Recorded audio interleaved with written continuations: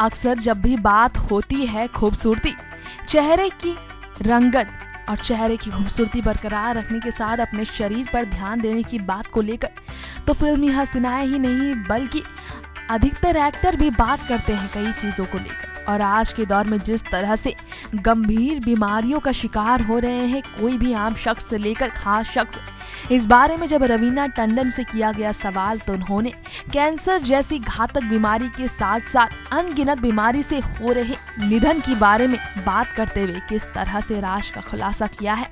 आखिर किन वजहों से आज के दौर में लोग बच नहीं पा रहे हैं कैंसर जैसी घातक बीमारी से। गौर हो कि इसी साल कई एक्टर्स का निधन हुआ, कई और एक्टर का निधन हुआ है कैंसर जैसी घातक बीमारी से जूझने की वजह से ही।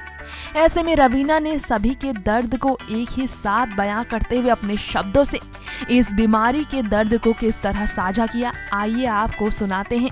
मैम आप लोग इतने मेहनत से फिल्में बनाते हैं, बहुत सारी मेहनत करते हैं, लेकिन बाद में कभी कभी नहीं चलती हैं, फिर क्या करेंगे?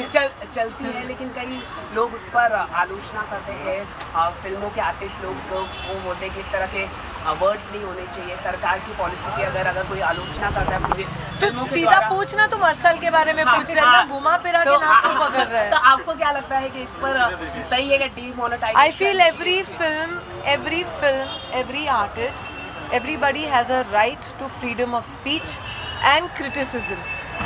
I don't think politics should interfere in creativity at all.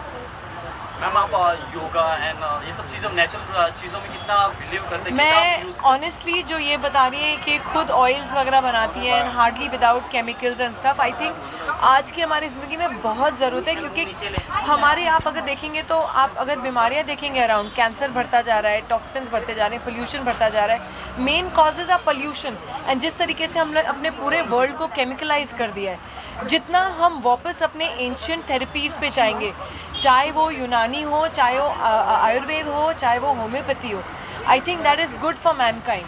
ये जो हमारे एंशियंट कब से चलते आ रहे हैं, चाहे हमारे वेदों में हो, चाहे जैसे कि मैंने कहा यूनानी भी मेडिसिन जो होते हैं, जो नेचुरल ट्रीटमेंट्स होते हैं, दोज आर द बेस्ट।